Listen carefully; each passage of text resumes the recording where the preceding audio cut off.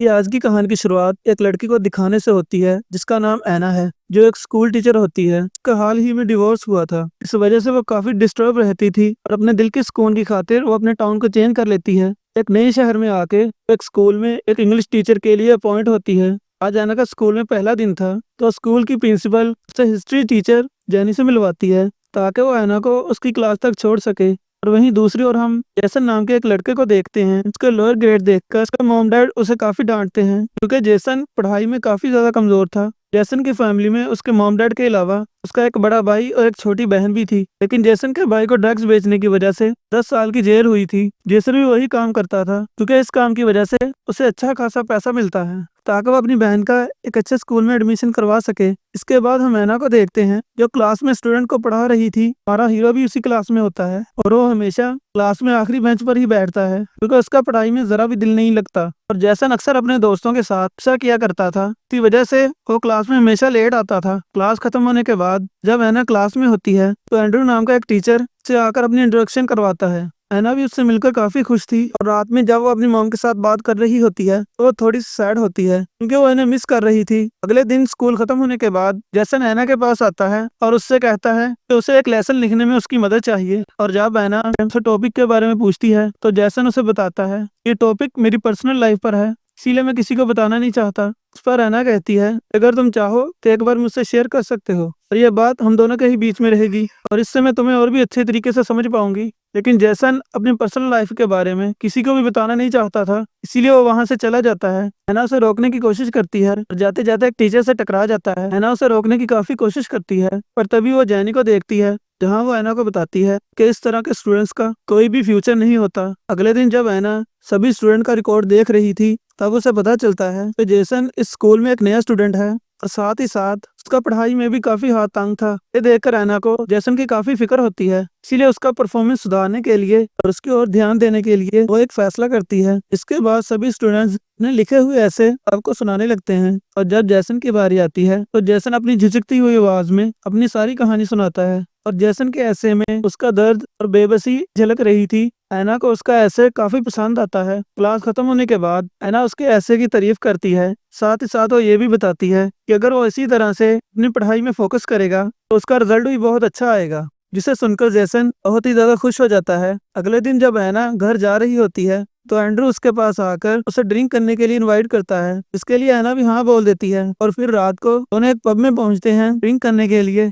Drinks करने के बाद वो दोनों फ्लोर पर डांस करने लगते हैं। अब जैसन भी अपने दोस्तों के साथ उसी पब में मौजूद था और वो ऐना को डांस करते देख बहुत ही ज्यादा खुश हो रहा था। तो कुछ ही देर बाद ऐना अपने घर के लिए निकल रही होती है। रोज जाते वक्त एंड्रू को अपने गले लगाती है। एंड्रू सोच रहा था कि शायद वो उसे किस करेगी, लेकिन वो उसे गले मिलकर ही चली जाती है। अगले दिन ऐना देखती है कि जैसन फिर से क्लास बंक करके वहां से जा रहा है। इसे देखकर ऐना को बिल्कुल भी पसंद नहीं आता और जैसे ही जैसन क्लास के अंदर आता है तो ऐना उसे क्लास बंक करने के लिए मना करती है। तो साथ ही साथ वो ये भी बताती है कि स्कूल खत्म होने के बाद वो हमेशा उसे एक्स्ट्रा टाइम पढ़ाएगी ताकि वो अपनी पढ़ाई में आगे बढ़ सके, जिसे सुनकर जैसन बहुत खुश होता है और वो इस पर मान जाता है। इसके बाद से वो हर रोज ऐना की क्लास लेने लगा था, लेकिन धीरे धीरे जैसन उसकी तरफ अट्रैक्ट हो जाता है, मगर ऐना इस बात से बिल्कुल अनजान थी कि जैसन उसे पसंद करने लगा है। रात को जब ऐना अपनी मॉम को यह सब कुछ बता रही होती है तो तभी जैसन वहां आ जाता है। जैसन को काफी चोटें लगी थी और उसकी नाक से खून भी बह रहा होता है। ये देखकर ऐना उससे पूछती है कि ये सब कैसे हुआ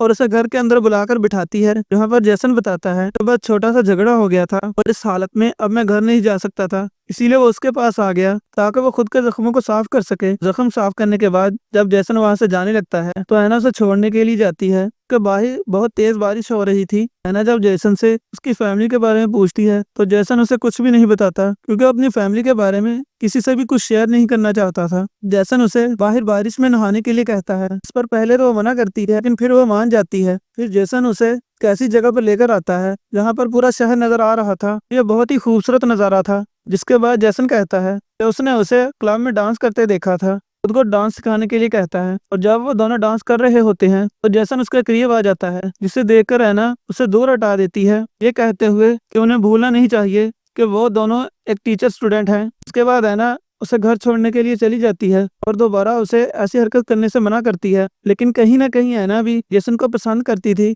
लेकिन वो अपनी फीलिंग्स को अपने अंदर ही दबा लेती है क्योंकि उन दोनों के बीच एज का काफी डिफरेंस था। अब एना उसे घर छोड़कर वापिस चली जाती है। अगले दिन जब जेसन की मॉम उसके मार्क देखती है तो बहुत ज्यादा खुश होती है, क्योंकि इस बार जेसन ने काफी अच्छे नंबर लिए थे। इस पर जेसन बताता है कि ये सब उसकी एक नई आई टीचर की वजह से हो पाया है, क्योंकि वह क्लास खत्म होने के बाद भी उसे एक्स्ट्रा टाइम देती है पढ़ाई में हेल्प करने के लिए। अब ये सुनकर जेसन की मॉम बहुत ज्यादा खुश होती है और उससे कहती है कि अगली पेरेंट्स टीचर मीटिंग में वो उससे जरूर मिलना चाहेगी। उसके थोड़ी ही देर बाद जेसन एना की फोटोज फेसबुक पर देखता है और उसकी तरफ और भी ज्यादा अट्रैक्ट होता जा रहा था। रात को जब एना एंड्रू के साथ पब में बातें कर रही होती है तो तभी जेसन भी वहां पर आ जाता है। और जैसे ही एंड्रू उसे उसके हस्बैंड के बारे में पूछता है तो यह सुनकर एना थोड़ा सा ऑकवर्ड फील करती है और उसे बहाना करके रश होने के लिए वॉशरूम में चली जाती है। जेसन भी उसके पीछे पीछे वॉशरूम में चला जाता है। अब जैसे ही एना वॉशरूम से बाहर आती है तो जेसन उसे किस कर लेता है। पहले तो एना उसे मना करती है, लेकिन फिर खुद पर कंट्रोल नहीं कर पाती और वो भी उसे किस कर लेती है। लेकिन थोड़ी ही देर बाद उसे ये एहसास होता है कि वो ये सब गलत कर रही है।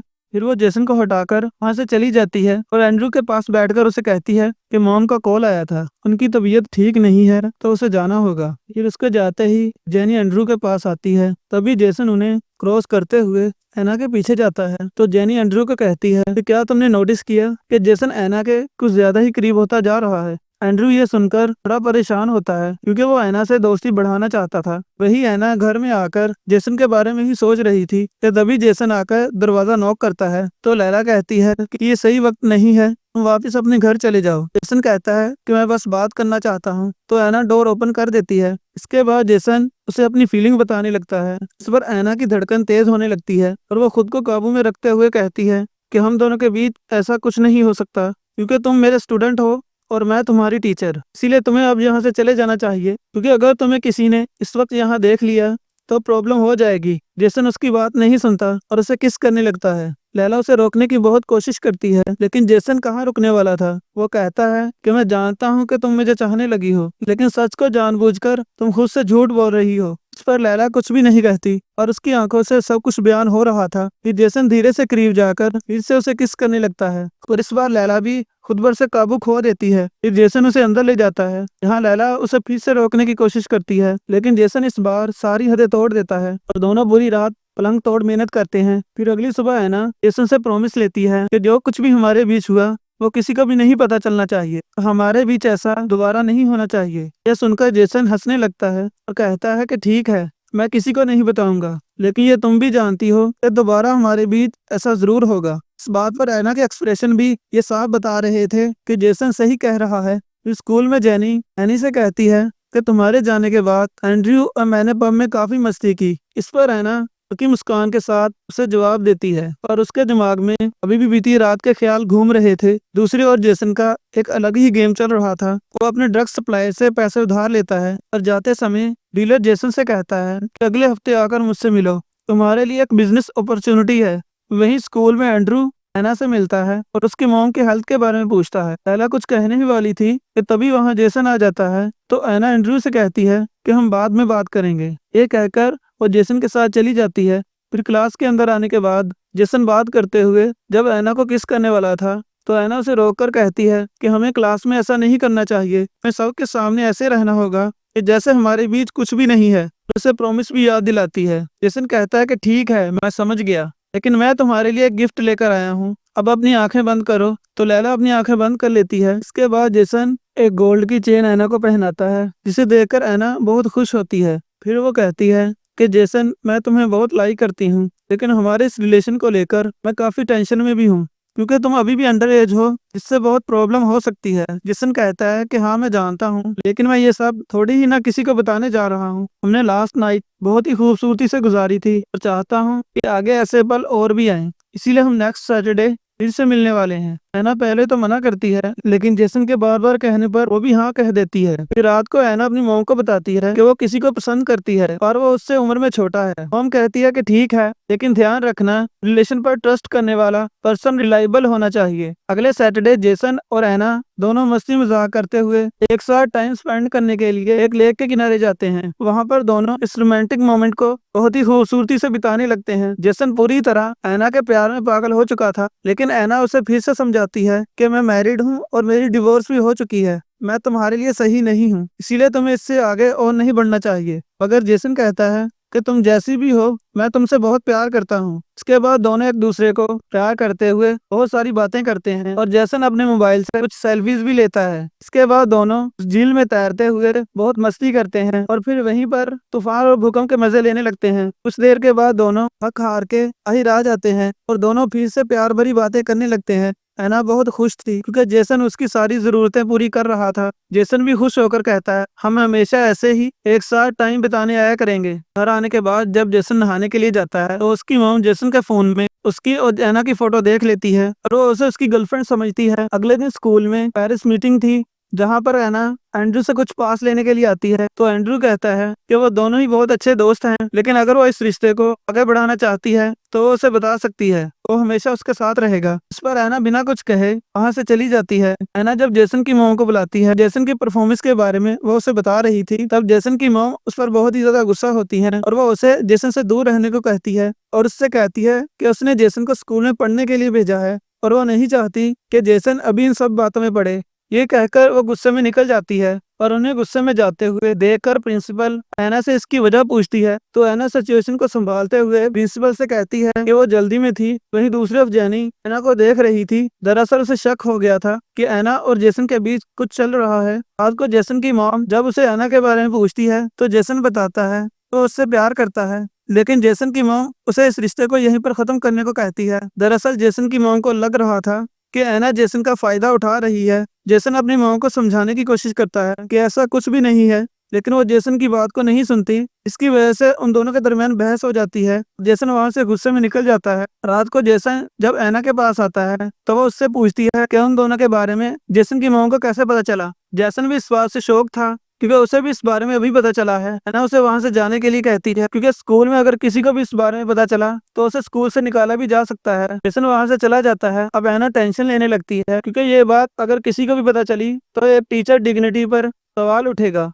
स्कूल की भी बदनामी होगी। लेकिन थोड़ी ही देर बाद वो देखती है कि जेसन एक लेटर ऐना के घर के अंदर डालता है जिसमें लिखा होता है कि उसकी वजह से कभी भी ऐना को नुकसान नहीं पहुंचेगा और वो ऐना से बहुत प्यार करता है। तो पढ़कर ऐना उसे अंदर बुला लेती है और देखती है कि जेसन उसके लिए बहुत ही खूबसूरत फूल लेकर आया है। इस क्यूट मोमेंट के लिए वो स्माइल करने लगती है और जेसन के गले लग जाती है क्योंकि उसे भी जेसन की आदत सी हो चुकी थी। फिर होना क्या था, जेसन उसे फिर से अंदर ले जाता है और कमरे में एक बार फिर से तूफान आ जाता है। फिर अगली सुबह लैला कहती है कि इस रिलेशन के बारे में धीरे धीरे सबको पता चल रहा है। मैं जानती हूँ कि स्कूल में सिर्फ शैनन को यह बात पता है। अब तुम्हारी मॉम क्या करेंगी मुझे कुछ समझ में नहीं आ रहा। प्रिंसिपल को पता चल गया तो बहुत कुछ हो जाएगा। जेसन बताता है कि मेरे पास कुछ पैसे हैं, अगर हम दोनों यहाँ से दूर चले जाएं तो कोई परेशानी नहीं होगी। जिस पर ऐना कहती है कि ये इतना आसान नहीं है, इस मामले को सोच समझकर हैंडल करना होगा। अगले दिन जब जेसन और ऐना एक दूसरे का हाथ पकड़कर बात कर रहे होते हैं तो एंड्रू उन्हें देख लेता है, जिसे देखकर वो बहुत ही ज्यादा दुखी होता है क्योंकि उसे भी पता चल चुका था कि ऐना और जेसन के बीच अफेयर चल रहा है। रात को ऐना जब स्कूल में बैठी होती है तो एंड्रू मौका देखकर उसका रेप कर देता है। ऐना इस हादसे से बहुत ही ज्यादा दुखी होती है और तभी जेसन वहां पर आ जाता है और जब जेसन उससे पूछता है तो ऐना उसे सब कुछ बता देती है कि एंड्रू ने उससे जबरदस्ती की है। जेसन उसे पुलिस के पास चलने को कहता है और वो उसे बताती है एंड्रू ने मुझे धमकी दी है, अगर वो पुलिस के पास गई तो वो उन दोनों के बारे में सबको बता देगा। फिर वो कहती है मैं स्कूल से रिजाइन कर लूंगी, फिर हम दोनों ये शहर छोड़कर कहीं दूर चले जाएंगे। अगले दिन स्कूल में जेसन की नजर एंड्रू पर पड़ती है और लैला के साथ हुई बदतमीजी को याद करके एंड्रू से लड़ पड़ता है, उसे मारने लगता है। ये देखकर सभी ने रोकने की कोशिश करते हैं। थोड़ी ही देर बाद पुलिस आकर जेसन को अरेस्ट करके ले जाती है। इसके बाद जब जेसन की माँ उसे पुलिस स्टेशन से छुड़ाकर ले जा रही थी तब वो ऐना को देखकर बहुत ही ज्यादा गुस्सा होती है और उसे जेसन से दूर ही रहने को कहती है। वो कुछ सोचकर एंड्रू को कॉल करती है और एक जगह पर मिलने के लिए बुलाती है और उससे मिलकर कहती है कि तुमने जो मेरे साथ घटिया हरकत की है वो सब कुछ क्लास के सामने लगे कैमरा में रिकॉर्ड हुआ है, इसलिए मैं चाहूँ तो पुलिस कंप्लेंट करके तुम्हारी जिंदगी बर्बाद कर सकती हूँ। अगर तुमने जेसन के खिलाफ अपना बयान वापस ना लिया तो मुझे पुलिस में रिपोर्ट करनी होगी। मुझे अब अपनी इज्जत की कोई परवाह नहीं, लेकिन मैं तुम्हें भी नहीं छोड़ूंगी। ये सुनकर एंड्रू घबरा जाता है और जाकर अपना बयान वापस ले लेता है। अब पुलिस स्टेशन से छूटने के बाद जेसन सीधा ऐना के पास आता है और उसके साथ शहर को छोड़ जाने की बात करता है, जिस पर लैला उसे बहुत दुखी होकर बताती है कि मैं शहर छोड़कर जा रही हूँ पर तुम मेरे साथ नहीं आओगे। इस बार जेसन नहीं मानता पर वो उसे समझाती है कि तुम्हारी जिंदगी की शुरुआत अभी अभी हुई है और तुम्हारे पेरेंट्स को अभी तुमसे बहुत उम्मीदें हैं, इसीलिए तुम अपनी पढ़ाई और करियर पर फोकस करो। यह सुनकर जेसन बहुत दुखी हो जाता है और उससे कहता है, मैं तुम्हारे बगैर नहीं रह सकता, मैं तुमसे बहुत प्यार करता हूँ, मैं तुम्हारे बगैर जी नहीं पाऊंगा। ऐना कहती है कि मैं भी तुमसे बहुत प्यार करती हूँ, लेकिन तुम्हारी भलाई के लिए मुझे ऐसा करना पड़ेगा। हम कभी भी एक साथ नहीं हो सकते, लेकिन मैं हमेशा तुम्हारा इंतजार करूंगी और तुमसे ही मोहब्बत करती रहूंगी। जैसे ये सुनकर बहुत रोता है और वापस घर चला जाता है। घर जाने के बाद उसकी मॉम उसे समझाती है कि कोई भी माँ अपने बेटे को इस तरह दुखी नहीं दे सकती। हमारी लाइफ अभी खत्म नहीं हुई है। कभी कभी हमें जिंदगी बेहतर बनाने के लिए अपने रास्ते बदलने पड़ते हैं, जिससे हमें बहुत दुख भी होता है। यह तो बस एक शुरुआत है, तुम्हें इससे और बेहतर मिल जाएगी। दूसरी तरफ लैला को देखते हैं तो शहर छोड़कर जा रही थी, इससे वो भी बहुत दुखी थी। लेकिन निशानी के तौर पर वो जेसन का वही ऐसे लाई थी जो जेसन ने क्लास में पढ़कर सुनाया था। पोएट्री को पढ़ते हुए वो बहुत रोती है, क्योंकि भले ही उनका रिश्ता टीचर और स्टूडेंट का था, लेकिन वो एक दूसरे को सच्चे दिल से प्यार करने लगे थे। दिल से चाहने वाले इंसान को छोड़कर जाना मुश्किल तो होता है, लेकिन ऐना का यह फैसला भी सही था, क्योंकि प्यार का मतलब सिर्फ एक दूसरे को पाना या हमेशा साथ रहना नहीं होता, बल्कि कभी कभी बेहतरी के लिए एक दूसरे से दूर भी होना पड़ता है। जेसन और लैला की कहानी भले ही अधूरी लगती है, लेकिन अक्सर अधूरी कहानियां ही सबसे ज्यादा प्यारी होती हैं, क्योंकि वो हमें आगे बढ़ने की ताकत और बहुत सारी सीख दे जाती है। उन दोनों की जिंदगी तो अभी भी बाकी थी। शायद हो सकता है इस जिंदगी की किसी न किसी मोड़ पर वो दोबारा से मिले तो फिर उन्हें कोई भी जुदा ना कर पाए। तो दोस्तों, क्या लगता है आप लोगों को, क्या वो दोबारा से मिल पाएंगे? और आप लोगों को हमारी आज की कहानी कैसी लगी? अगर आप लोगों को ये वीडियो पसंद आई हो तो इस वीडियो को लाइक कर दें और हमारे चैनल को सब्सक्राइब कर लें, और मजीद ऐसे आने वाली वीडियोस को देखने के लिए हमारे चैनल के साथ बने रहें। तो मिलते हैं फिर से एक नई वीडियो के साथ, तब तक के लिए keep watching and stay safe. Good bye.